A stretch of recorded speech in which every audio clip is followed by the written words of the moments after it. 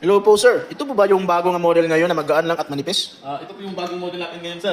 Swift Go 14. Ang kagandahan nito, sir, is may mga features to. So ano po yung mga features niya sir? Ba't may light na ba siya dito? Ano yun po yun sir? Anong function niya po Ang sir? kagandahan nito, sir, sa touchpad niya, sir, pag i-swipe mo ng ganyan, sir, lalabas yung mga audio niya, minimize, saka yung volume up niya. Ah okay, parang naka-touchscreen na siya sir. Oo nga, ito. Tingnan mo, sample natin. Ganyan. Tapos click mo dito, pwede mo minimize, saka Oh maximize. okay, ang ganda naman. Pwede mo din dito i-mute.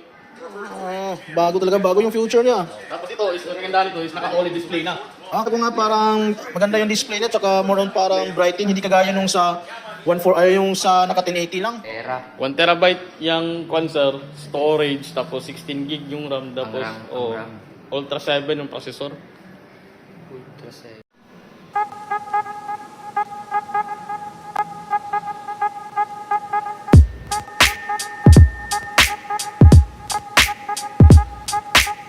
So anong kwento siya? Naka-promo ba to sir? Anong May promo promo ngayon sir? din ngayon sir, may free po ito na 5,000 voucher.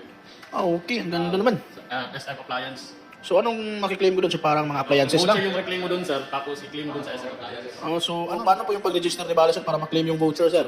Pwede diretso natin register sir sa, lagi lang tayo sa warranty.uc.com.ph, tapos follow lang natin yung steps. Okay, parang para simple lang, parang simple lang ata. True, so ilalink ko lang yung Gmail ko doon. Yes sir, tapos may attachment dun sir, makita mo dun sir yung voucher. Okay. Paano naman yung cash price nito sir? Pagkano po yung cash price nito sir? Meron kami dito sir, cash price ito sir is 10% sa SRP price nito sir. Okay, so malaki yung less rent. So paano naman yung service center dito sir? Paano ko yung malolocate sir? Yung Or may... naka-advantage namin dito sir, kami yung authorized service center ni Acer, which is